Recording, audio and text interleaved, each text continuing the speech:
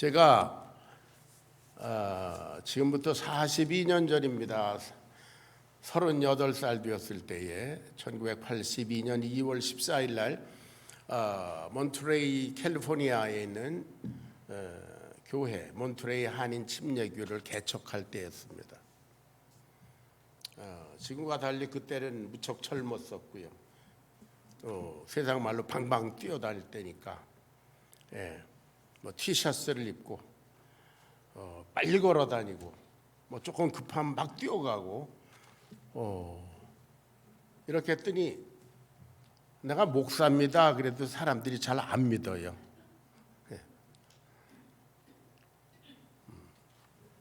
제 외형적인 모습을 보고 제 행동을 보고 나름대로 선입관을 가진 거죠. 목사라면 성경을 이렇게 그 약간 삐딱하게 이렇게 나이도 들어서 머리가 좀 희끗희끗하고 아마 이런 것이 한국 사람들 생각하기에 목사의 유형인데 이거 뭐 성경을 이렇게 들고 막 휘젓고 다니니까 그 목사라 그래도 그래요 반신반의하는 그런 일을 당했습니다. 그런데 이제 지금은 제가 목사 티가 좀 나나요? 사람은 늙으니까 이제 목사 티가 나는 것 같아요. 그래서 지금은 이제 내가 목사입니다 이렇게 말을 안 해도 사람들이 아는 것 같아요. 오래 전에 한국에 갈 때 한국을 거쳐 중국 갈 때 이제 제 아내하고 한국에 가서 제주도를 2박 3일 여행한 적이 있어요. 근데 한 그룹이 이렇게 뭐 뉴욕에서 온 사람 여기서 온 사람 이렇게 쭉 2박을 같이 하면서 이제 관광을 했는데 나중에 어떤 분하고 얘기를 하게 됐어요. 그러다가 어떻게 얘기가 나와서 뭐 사실은 제가 목사입니다. 그랬어요. 그랬더니 그러신 줄 알았어요. 그래요. 그래서 이제 나를 목사로 알아보나 보다. 그때도 물론 티셔츠 입고 보이네. 제가 목사인지 어떻게 알았어요? 그랬더니 사모님을 뵈니까 목사님인 것 같았어요. 그래. 아직도 부족한 것 같아요. 자, 선입견. 우리가 어떤 사물에 대해서 선입견을 가질 수 있습니다. 자기 경험에 기초해서 보는 그런 프리아큐페이션이 있습니다. 이런 사람이 이럴 거야, 이런 사람이 이럴 거야, 뭐 이런 현상은 이래. 그런 선입견이 있습니다. 그런데 이 선입견은 그것으로 끝나지 않냐고 그것이 선입관, 그가 사물과 사람을 보는 관점화됩니다. 그걸 프리컨셉션이라고 그러잖아요. 그래서 자기가 가진 선입관에 의해서 남을 판단하게 됩니다. 근데 우리 인간끼리는 그렇게 서로 판단해도 뭐 실수해도 괜찮습니다. 그런데 여기 오늘 본문에 보니까 하나님의 아들이신 예수님을 자기가 보는 자기의 관점에서 보니까 예수님을 바라보는데 실패했어요. 그것은 그들의 구원과 관계가 있습니다. 영원히 죽고 사는 문제입니다. 오늘날에도 많은 사람들이 성경과 우리 기독교와 예수님과 하나님에 대해서 선입관을 가지고 있습니다. 성경은 뭐 이렇게 대충 들여오다 보니까 이건 이스라엘의 역사야. 이건 사람이 지은 거야. 얘기책이야. 이스라엘의 신화야. 이런 선입관을 가지고 이걸 보니까 전혀 이해가 안 됩니다.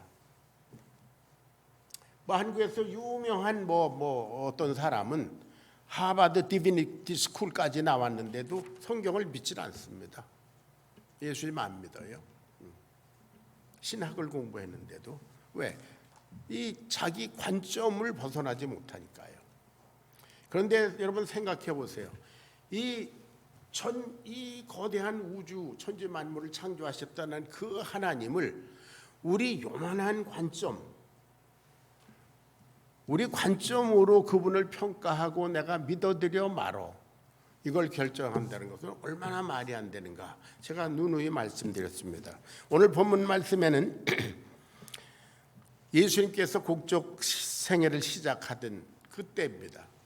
이제 침례를 받으시고 물에서 올라오셨고, 그래서 이제 성령에게 이끌림을 받아서 광야에 가서 40일 동안 시험을 받으시고 돌아오셔서 가버나움과 뭐 이런 데서 이제 기적을 행하시고 병을 고치고 귀신을 내쫓고 이런 일을 하시면서 복음을 전하기 시작했어요. 때가 찼고 하나님의 나라가 가까웠으니 회개하고 복음을 믿으라. 많은 사람들이 막 믿었습니다. 그러다가 어느 날 이분이 예수님께서 당신이 자라나신 나사렛 그 동네에 오셨습니다. 이 가버나움이라는 곳과 나사렛은 약 50km 정도 떨어진 거리입니다. 그러니까 서울에서 한 수원 정도 떨어진 거리니까 옛날로 말하면 참 먼 거리죠. 근데 나사렛 사람들도 뭐 소문은 들어서 알았던 것 같아요. 뭐 가버나움에서도 뭐 베세다에서도 이런 일을 행하셨고 뭐 그런 거 알았던 것 같습니다. 그런데 예수님은 당신께서 하나님의 아들이시라는 사실을 누가복음 2장에 예루살렘 성전에 가셨을 때 그때 처음 잠깐 한번 부모에게 말을 했습니다. 그 외에는 공적 생애를 시작하기 전까지는 내가 하나님의 아들이다, 하나님의 아들을 이렇게 선포한 적이 없어요. 나사렛에 오시자마자 예수님께서 안식일이 되니까 그 하시던 습관대로 예수님 경건 생활을 하셨습니다. 안식일에 회당에 가서 예배드리셨습니다. 여러분, 우리가 몸이 있는 한, 이 세상에 사는 한, 우리가 하나님의 백성 그리스도인이라면 예배 모임에 여기와 앉아 있어야 돼요. 믿습니까? 예. 내 몸이 어디 있는가에 따라서 나의 정체성이 바뀌지 않습니까? 주일에 내가 그냥 난 집에서 예배드려. 나 혼자 뭐 꼭 교회 가야 되나? 그런 사람 치고 신앙생활 제대로 안 됩니다. 하다못해 여러분 학생이면 학교에 몸이 가 있어야 합니다. 그래야지 나 학교 안 가. 내가 알아서 공부할 거야. 그런 거하고 똑같아요. 그러니까 우리 예배 모임에 오는 거, 이 의식에 참여하는 거는 이만큼 중요해요.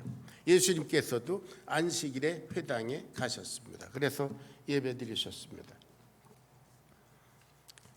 그리고 이사야서 61장 1절 2절을 읽으셨어요. 우리가 이 본문을 잠깐 읽어보겠습니다. 18절부터 읽어보겠습니다. 주의 성령이, 다 같이, 주의 성령이 내게 임하셨으니 이는 가난한 자에게 복음을 전하게 하시려고 내게 기름을 부으시고 나를 보내사 포로된 자에게 자유를, 눈먼 자에게 다시 보게 함을 전파하며 눌린 자를 자유롭게 하고 주의 은혜의 해를 전파하게 하심이라. 이사야서 61장에 나온 예수님 나시기 한 700년 전의 예언서인데요. 예수님이 이것을 해석해 주셨어요. 나에게 기름을 부으셨다. 하나님께서 성령으로 기름을 부으셨다. 여러분, 기름을 부음 받는다는 것은 선지자나 제사장이나 왕을 세울 때 그런 거잖아요. 그런데 기름 부음을 받은 자, the anointed, 그것이 히브리 말로 뭔가 하면 메시아입니다. 헬라 말로 번역을 하면 그리스도고요.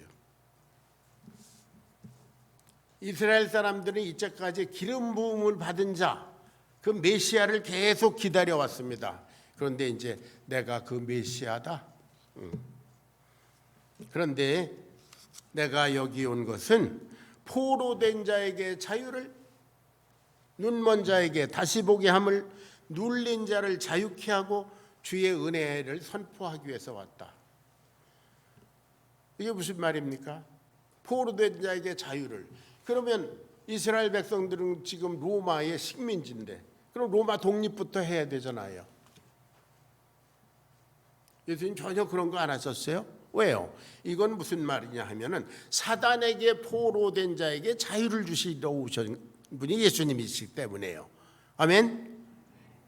눈먼 자에게 다시 보게 함을. 뭐예요?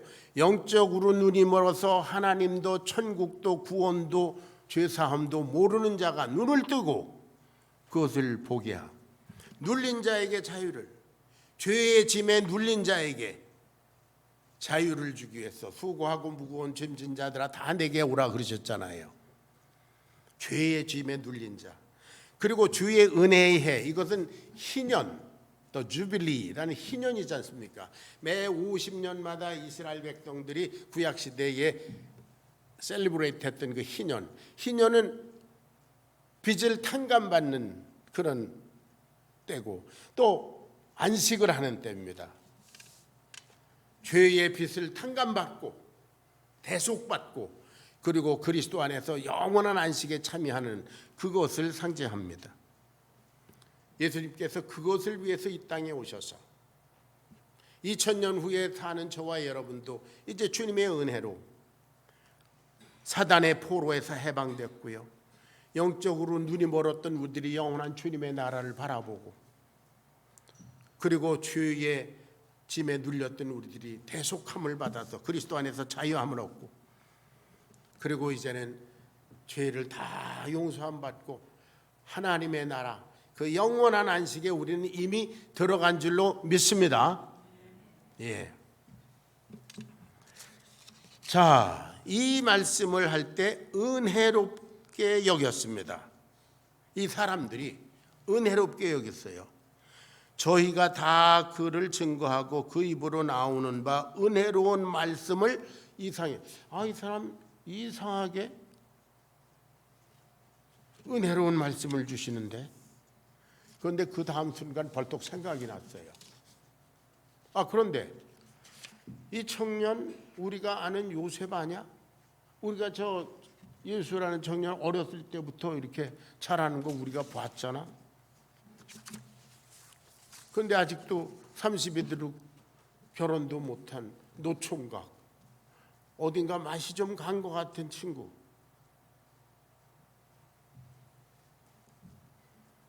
이 사람들의 선입견에 기초한 선입관, 자기가 예수를 보는 관점이 작동하기 시작했습니다.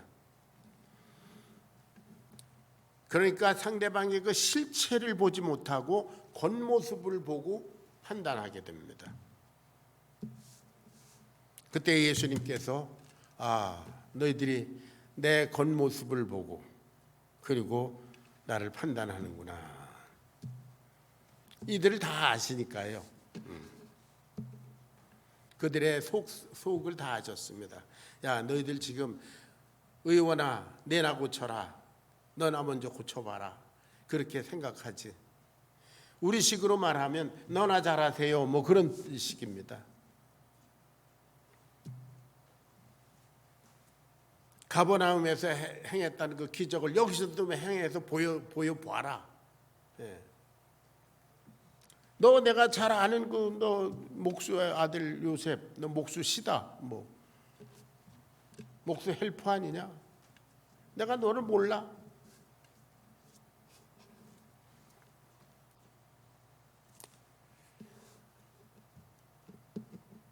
이쯤 되면 예수님의 속에서 나오는 그 말씀은 그리고 그분이 주시는 해석은 실종되고 예수님의 겉모습만 왈가왈부하게 되는 꼴이 됩니다.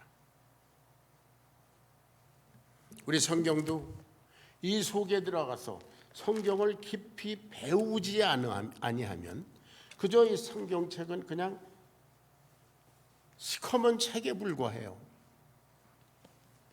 많은 사람들이 이 성경에 대해서 선입관을 가지고 믿지 않습니다. 공부를 안 하기 때문이죠. 자, 마가복음에도 비슷한 장면이 있습니다. 마가복음 6장 4절부터 6절 찾아 읽겠습니다. 시작. 예수께서 그들에게 이르시되 선지자가 자기 고향과 자기 친척과 자기 집 외에서는 존경을 받지 못함이 없느니라 하시며 거기서는 아무 권능도 행하실 수 없어 다만 소수의 병자에게 안수하여 고치실 뿐이었고 그들이 믿지 않음을 이상히 여기셨더라. 이에 모든 촌에 두루 다니시며 가르치시더라. 나사렛에서는 예수, 우리가 너를 몰라? 네가 뭘 한다고? 선입관이 예수님 속에서 나오는 그 말씀을 차단했어요. 그들 믿음 없음을. 자, 여러분께 묻습니다. 나사렛 사람들이 예수님을 믿지 않았기 때문에 기적을 행하실 수가 없었나요?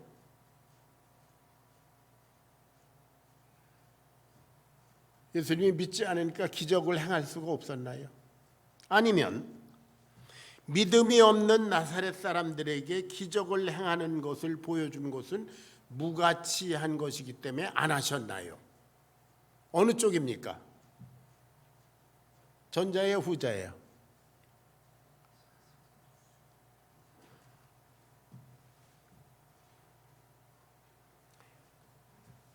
나사렛 사람들이 예수님을 믿지 않기 때문에 예수님은 아무 능력도 행하실 수가 없었다. 그렇게 생각하시는 분. 아니면 나사렛 사람들은 믿지 않기 때문에 그들에게 기적을 행하여 보여주는 것은 아무 의미가 없다. 마태복음 7장 6절에 보면 거룩한 것을 개에게 주지 말며 너희 진주를 돼지에게 던지지 말라 그랬잖아요. 어느 쪽입니까, 여러분? 후자. 누가 그랬어요? 어떤 설교자들은, 부흥사들은 그렇게 얘기합니다.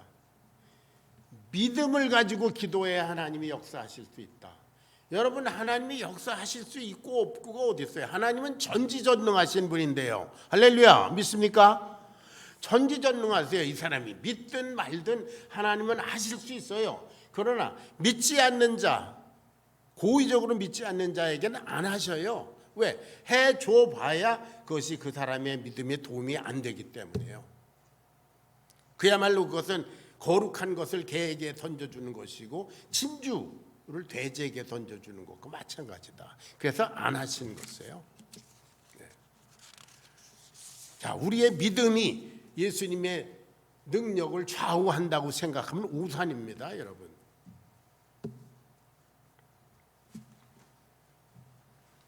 그래서 예수님께서 이런 말씀을 해주셨어요. 유대인들이 자랑스럽게 여기는 선지자 엘리야와 엘리사의 얘기를 해주셨어요. 본문에 나오죠. 엘리야 때 3년 6개월 가뭄이 들고 그래서 기근으로 굶어 죽는 사람이 많을 때, 그래서 온 천지에 거짓대가 돌아다닐 그런 시대에 하나님의 사람 엘리야도 사렙다 땅에 있는 한 과부의 집으로 가게 됐습니다. 하나님께서 글로 가라 그러셨어요. 하나님께서 보내셨다는 사실을 기억하세요. 그래서 그 과부에게 가서 떡을 한 조각 주세요 그랬습니다. 그랬더니 이 여자가 보기에 어때요? 이 행색을 보니까, 외형으로 보니까 어때요? 이 거지 아니에요. 노숙자. 영락없이 갈 곳에서 잘 데도 없는 엘리야는 떠돌이 노숙자예요. 그리고 떡을 조금만 달라 그런 거 보니까 거지라고요. 그러니까 이 여자가 뭐라 그래요? 당신 줄 게 어딨어? 우리도 지금 마지막 한 덩어리 남아서 밀가루 기름 조금 남아서 나 이거 만들어서 나하고 내 아들이 먹고 이제 그러고 죽으려고 지금 하는 중이야. 당신 줄 게 어디 있어? 그랬습니다. 그랬더니 열왕기상 17장 14절을 봅니다. 다 같이. 이스라엘의 하나님 여호와의 말씀이 나 여호와가 비를 치면에 내리는 날까지 그 통의 가루가 떨어지지 아니하고 그 병의 기름이 없어지지 아니하리라 하셨느니라. 내가 그 떡을 만들어서 나를 주면 하나님의 말씀에 다시 비가 오기까지 풍년이 들기까지 네 그 빈 통과 밀가루 통이 꽉 찰 거다. 하나님의 말씀이 그렇다. 그랬더니 이 여자가 하나님의 말씀이기 때문에 이 노숙자와 같은 거지 같은 그런 엘리사의 행색을 보지 않고 그 입으로 나오는 하나님의 말씀에 의지해서 그렇다면 드십시오. 그러고 준 거 아니에요. 그랬더니 어떻습니까? 하나님의 말씀대로 여러 식구, 자기들 모자뿐 아니라 여러 식구들이 다 먹었다. 열왕기상 17장 15절. 자, 다 같이 시작. 그가 가서 엘리야의 말대로 하였더니 그와 엘리야와 그의 식구가 여러 날 먹었으나 여호와께서 엘리야를 통하여 하신 말씀같이 통의 가루가 떨어지지 아니하고 병의 기름이 없어지지 아니하노라. 여호와의 말씀에 여호와께서 말씀하신 대로, 여호와의 말씀은 절대적입니다. 당시에 수많은 사람들이 굶어 죽어가고 있었고 과부도 많았는데 하나님께서 하필 엘리야를 이 과부에게 보내셨을까? 왜 그러셨을까요?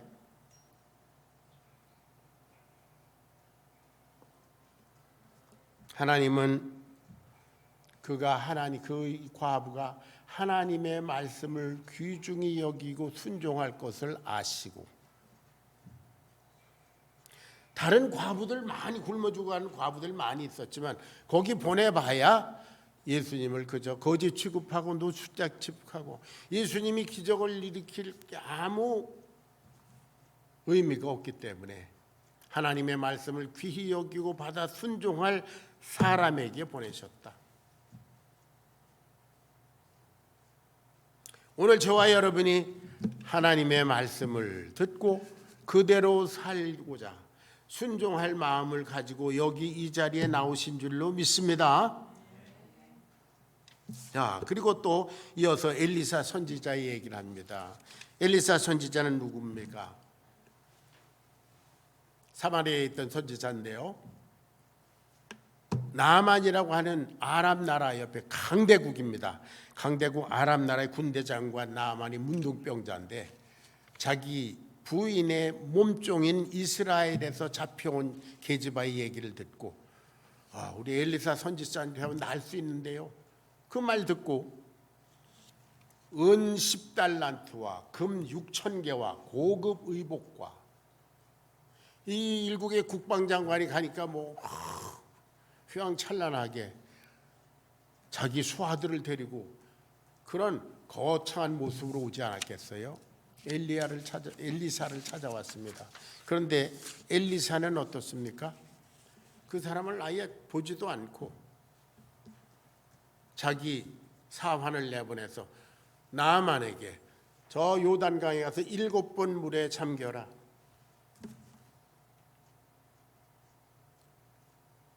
나만이 얼마나 화가 났겠어요. 내가 문둥이다 보니까 이 약소국 아람이 쓸어버려도 꼼짝도 못할 그 이스라엘 약소국의 저 선지자라는 자, 저것까지도 나를 무시하는구나.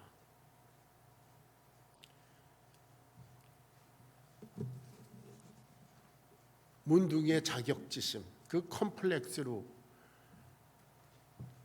엘리사를 그냥 한 칼에 죽이고 싶지 않았겠어요? 그래서 돌아가려고 했습니다. 그랬더니 나아만의 부하들이 장군이요, 아니 가서 7번 물에 잠기라 하는데 그까짓 거 한번 해보시지요. 못할 게 뭐 있습니까? 여기까지 오셨는데요. 간청을 했습니다. 그랬더니 열왕기하 5장 14절을 읽어봅니다. 열왕기하 5장 14절 다 같이 시작. 나아만이 이에 내려가서 하나님의 사람의 말대로 요단강에 7번 몸을 잠그니 그의 살이 어린아이의 살길 같아서 깨끗하게 되었더라. 어떻게? 하나님의 사람의 말대로 그랬어요.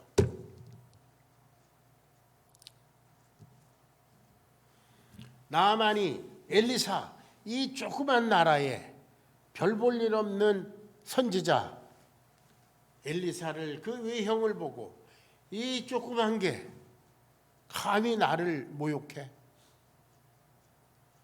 그렇게 하지 않고 그의 입에서 나온 하나님의 말씀대로 순종했습니다. 할렐루야.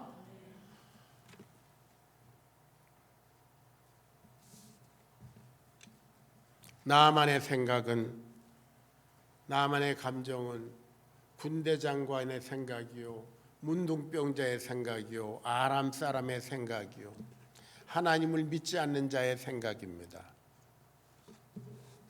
그것이 그의 관점입니다. 그러나 그가 하나님의 말씀대로 순종했을 때 그는 새로운 피조물이 됐습니다. 당시에 예수님 말씀하시죠. 당시에 문둥병자가 왜 나만 하나뿐이었겠는가? 그런데 왜 하나님께서 나만을 꼭 엘리사를 나만에게 보내셨나? 그것은 나만이 하나님의 말씀을 귀중히 여기고 순종할 것을 아시고,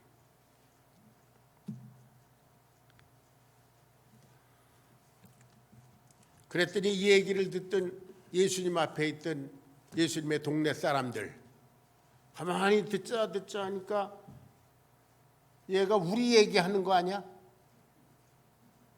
이게 눈치는 있잖아요. 믿음은 없어도 눈치는 있잖아요. 가만히 듣자 보니까 이게 못 듣겠네. 예수, 제가 우리를 얘기하는 것 같아. 너무 화가 나서 예수님은 어떻게 해요? 절벽으로 밀어 떨어뜨려 죽이려고 그랬어요.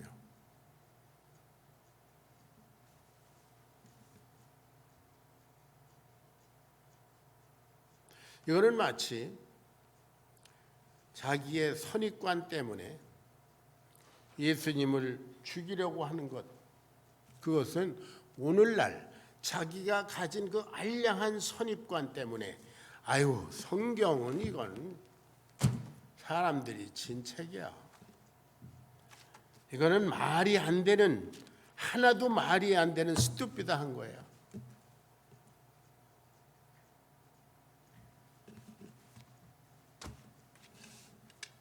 성경을, 하나님의 말씀을 절벽으로 떨어뜨려 버리고요. 하나님의 아들 예수를 절벽으로 떨어뜨리고 그런 것과 마찬가지입니다.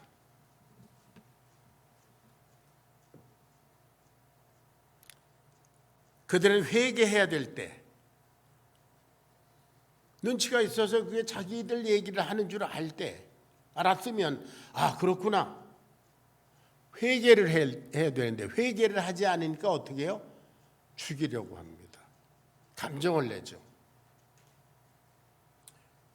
우리 신앙생활 가운데서도 회개의 제목이 있는데 회개하지 않는 사람은 어떻게? 고리 눈을 뜨고 감정을 내게 마련입니다. 회개하십시오. 이런 말 할 때 내가 뭘 회개할 게 있느냐고 대들지요.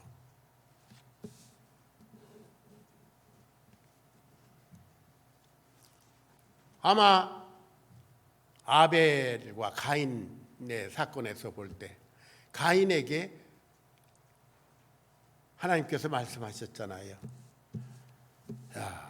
내가 선을 행하면 왜 얼굴이 붉어지느냐? 내가 왜 낯을 들지 못하겠느냐? 죄는 네 속에 있지만 너는 죄를 다스려야 된다. 이렇게 회개하라고 하나님께서 말씀하셨어요. 그러니까 하나님께 대항할 수는 없으니까 그냥 아벨을 돌로 쳐 죽이지 않습니까? 회개하지 않으면 감정을 냅니다. 그 끝은 사람을 죽이는 거예요. 예수님을 절벽으로 떨어뜨려 죽이려고 그랬어요. 자기들과 30년 동안 자기들이 잘 아는 그 예수, 그걸 제명하면 안 된다고 죽이려고 했던.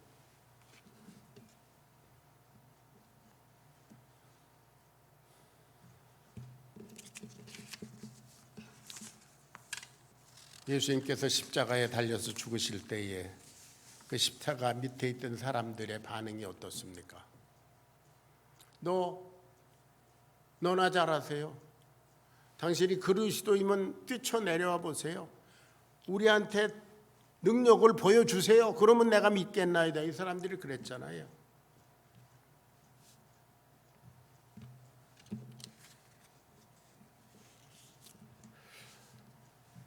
제가 첫 목회를 시작하기 전에 1981년 12월 13일에 로스앤젤레스에 있는 캘리포니아 로스앤젤레스 한인 침례교회에서 전도사 임명을 받았습니다. 그때 제가 서울이 집사였었는데 갑자기 전도사 임명을 받았습니다. 그리고 이제 80이 그 다음 몇 달 후에 가서 교회를 개척하기 위해서. 그러니까 그동안 같이 형제 자매 뭐 그러면서 이 집사 김 집사하고 그러던 사람들이 내가 전도사 임명을 받았는데 전도사님 이렇게 안 불러요. 전도사 같이 안 생긴 거예요. 뭐 당신 내가 잘 아는데. 그리고 저는 교회를 떠나서 한 7년 개척 목회를 하고 있었습니다. 그런데 그 교회에서 분란이 일어나서 교회가 반으로 쪼개져 가지고 막 서로 쌈박질을 하게 됐습니다. 큰 교회인데. 그러니까 그때 제 목사님이 이 목사 와서 부흥회 좀 한번 해줘야 되겠어. 내가 강단에도 못 올라가. 너무 마음이 아파가지고 그때 가서 3일 동안 그 교회에서 부흥회를 했어요.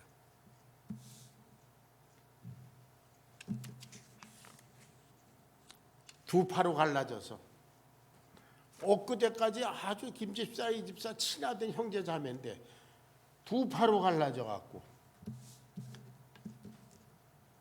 금요일 첫날 집회를 끝나고 나니까 이쪽 한 파는 본당에서 막 기도를 해요. 금요 기도해. 그러면서 저 밑에 있는 마귀들을 그 밑에 내려가 보니까 다른 파는 밑에 친교실에서 저 위에 있는 마귀들을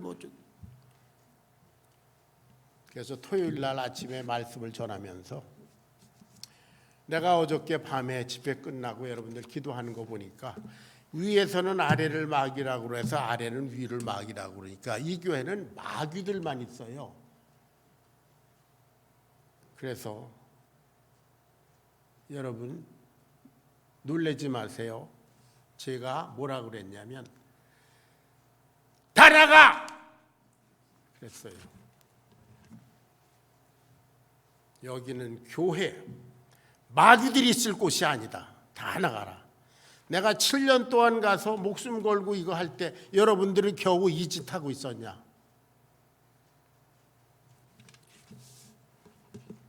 그래서 그때 주일 설교를 마치면서 모든 문제가 해결돼서 회개의 역사가 일어났어요.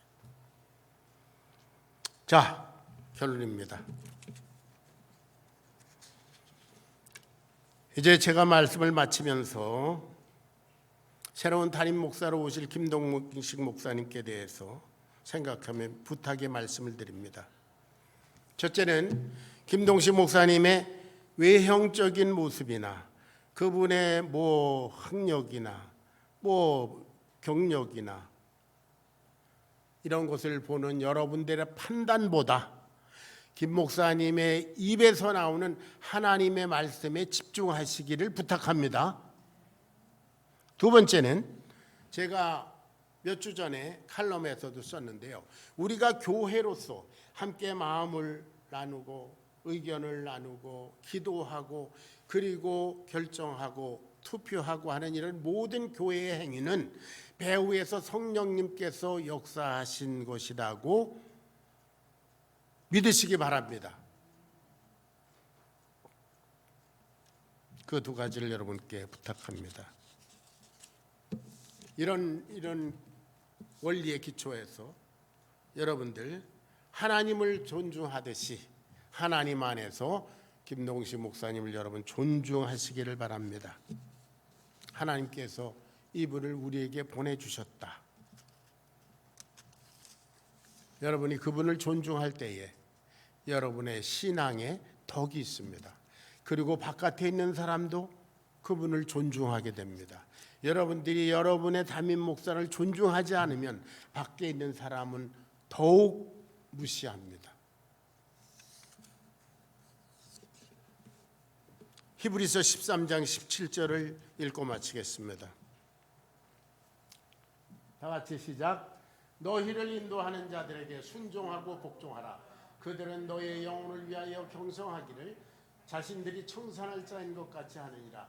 그들로 하여금 즐거움으로 이것을 하게 하고 근심으로 하게 하지 말라. 그렇지 않으면 너희에게 유익이 없느니라. 여러분의 신앙의 유익을 위해서 하나님의 역사에 순종하시고 말씀으로 함께 동역함으로 이제 새로운 역사를 열어가는 여러분 되시기를 주의 이름으로 축원합니다. 기도하겠습니다. 아버지 하나님, 선입관의 기초에서 스스로 멸망하는 인생들의 모습을 통해서 이 시대를 살아가는 우리들 자신을 조명해 봤습니다. 아버지 하나님, 저희들이 가지고 있는 모든 선입견과 선입관을 버리고 오직 하나님의 말씀에 집중해서 하나님의 말씀으로 영혼을 바라보고 하나님의 말씀으로 우리 서로를 바라보고 하나님의 역사하심을 통해서 우리 자신들을 평가하는 그런 거룩한 무리가 되도록 인도해 주시옵소서. 예수님의 귀하신 이름 받들어 간절히 기도하옵나이다. 아멘.